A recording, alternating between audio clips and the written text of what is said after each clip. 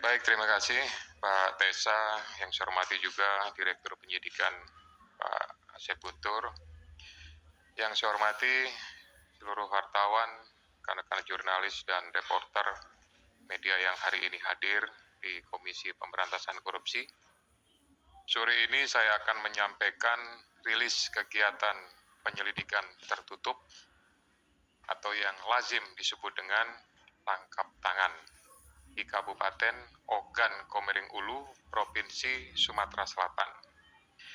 Detailnya adalah sebagai berikut, bahwa sejak beberapa waktu yang lalu, bahwa KPK khususnya di Kedeputian Penindakan dan di backup dengan kedeputian lainnya telah melakukan kegiatan penyelidikan tertutup, atau sekali lagi lazim disebut dengan tertangkap tangan. Adapun konstruksi perkara dan kronologi kegiatan penyelidikan tertutup yang membuahkan hasil kepada penangkapan terhadap beberapa orang adalah sebagai berikut.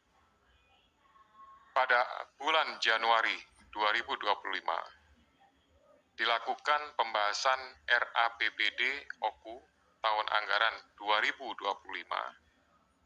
Agar RAPBD tahun anggaran 2025 dapat disahkan, beberapa perwakilan DPRD menemui pihak pemerintah daerah.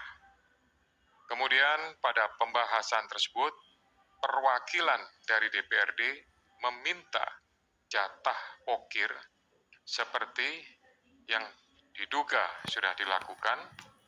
Kemudian disepakati bahwa jatah pokir tersebut diubah menjadi proyek fisik di Dinas Pekerjaan Umum dan Perumahan sebesar 40 miliar rupiah dengan pembagian nilai proyek sebagai berikut. Jadi ini adalah perubahan untuk bisa merubah RAPBD yang ada di Kabupaten Oku.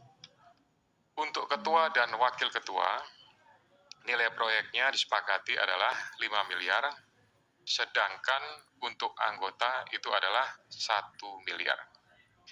Nilai ini kemudian turun menjadi 35 miliar. Hal ini disebabkan karena keterbatasan anggaran, tapi untuk fee-nya tetap disepakati sebesar 20% jatah bagi anggota DPRD, sehingga total fee-nya adalah sebesar 7 miliar rupiah. Nah, saat APBD tahun anggaran 2025 disetujui, anggaran Dinas PUPR naik dari pembahasan awal 48 miliar rupiah menjadi 96 miliar rupiah. Jadi signifikan karena ada kesepakatan, maka yang awalnya 48 bisa berubah menjadi 2 kali lipat. Kemudian saya lanjutkan lagi. Saat itu Saudara Nop yang merupakan pejabat Kepala Dinas PUPR menawarkan 9 proyek tersebut kepada Saudara MFZ dan Saudara ASS dengan komitmen fee sebesar 22%, yaitu 2% untuk Dinas PUPR dan 20% untuk DPRD. NOP kemudian mengkondisikan pihak swasta yang mengerjakan dan PPK untuk menggunakan beberapa perusahaan atau CV yang ada di Lampung Tengah. Kemudian penyedia dan PPK melakukan penandatanganan kontrak di Lampung Tengah. Ada beberapa nama perusahaan, antara lain termasuk juga kegiatannya. Yang pertama untuk rehabilitasi rumah dinas Bupati, lebih kurang sekitar 8,3 M dengan penyedia CVRF. Kemudian yang kedua, rehabilitasi rumah dinas Wakil Bupati, lebih kurang biayanya adalah 2,4 dengan penyedia CVRE.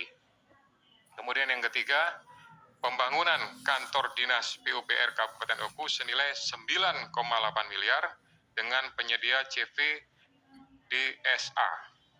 Kemudian Yang keempat, pembangunan jembatan di Desa Guna Makmur senilai 983 juta rupiah dengan penyedia CVGR.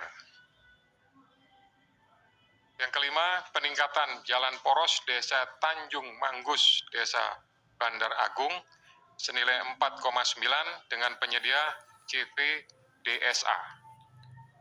Yang keenam, peningkatan jalan Desa Panai Makmur, Guna Makmur senilai 4,9 dengan penyedia CVACN. Kemudian yang ketujuh, peningkatan jalan unit 16 Kedaton Timur senilai 4,9 miliar dengan penyedia CVMDR Corporation. 8. Peningkatan jalan Letnan Muda MCD Unit sebesar 4,8 miliar dengan penyedia CVPH. Dan yang kesembilan, peningkatan jalan Desa Makartitama sebesar 3,9 dengan penyedia CVMDR. Ini semua dilakukan oleh NOP dengan PPK. Mereka langsung berangkat ke wilayah Lampung, Provinsi Lampung, Kabupaten Lampung Tengah, dan berkoordinasi dengan para pihak. Jadi pinjam nama, pinjam bendera. Tetapi yang mengerjakan adalah saudara MFZ dengan ASS.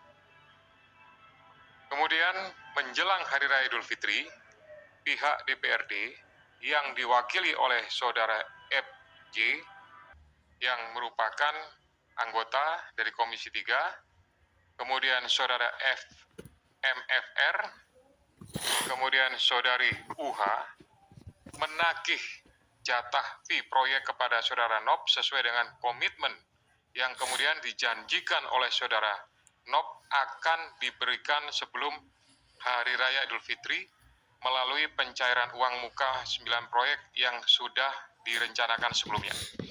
Pada kegiatan ini, patut diduga bahwa berdasarkan informasi yang diperoleh, pertemuan dilakukan antara anggota Dewan, kemudian Kepala Dinas PUPR, juga dihadiri oleh pejabat Bupati dan Kepala BPKAD.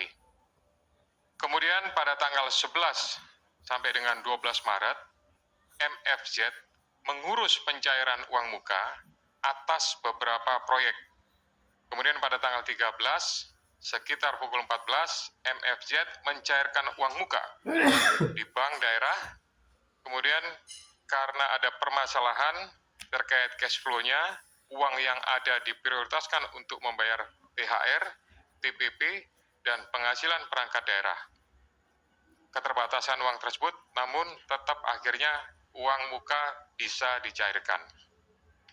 Pada tanggal 13 Maret, saudara MFZ menyerahkan uang sebesar 2,2 miliar kepada NOP, yang merupakan bagian komitmen di proyek yang kemudian diminta oleh saudara NOP dititipkan di saudara A, yang merupakan PNS pada Dinas Perkim Kabupaten Oku. Uang tersebut bersumber dari uang muka pencairan proyek. Selain itu, pada awal Maret 2025, saudara ASS sudah menyerahkan uang sebesar 1,5 miliar kepada saudara NOP di rumah saudara NOP. Pada tanggal 15 Maret, pukul 6.30, tim dari Komisi Pemberantasan Korupsi mendatangi rumah saudara NOP dan saudara A dan menemukan serta melakukan penyitaan uang sebesar 2,6 miliar yang merupakan uang komitmen yang diberikan oleh MFZ dan ASS. Kemudian tim secara simultan juga mengamankan MFZ, ASS, dan FJ, MFR, dan UH di rumahnya masing-masing. Selain itu, tim juga mengamankan pihak lainnya yaitu saudara A dan saudara S.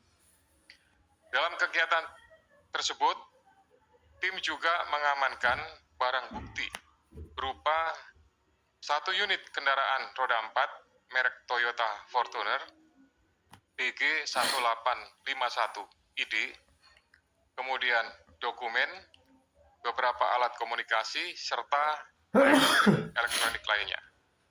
Jadi untuk uang yang 1,5 yang sudah diserahkan di awal itu sebagian digunakan untuk kepentingan NOP, sebagian masih ada, dan sebagian sudah digunakan untuk pembelian 1 unit mobil merek Toyota Fortuner. Kemudian para pihak dimintai keterangan di Polres Batu Raja Oku dan Polda Sumatera Selatan. Kemudian tadi pagi sudah berangkat dan sudah tiba di Gedung Merah Putih KPK.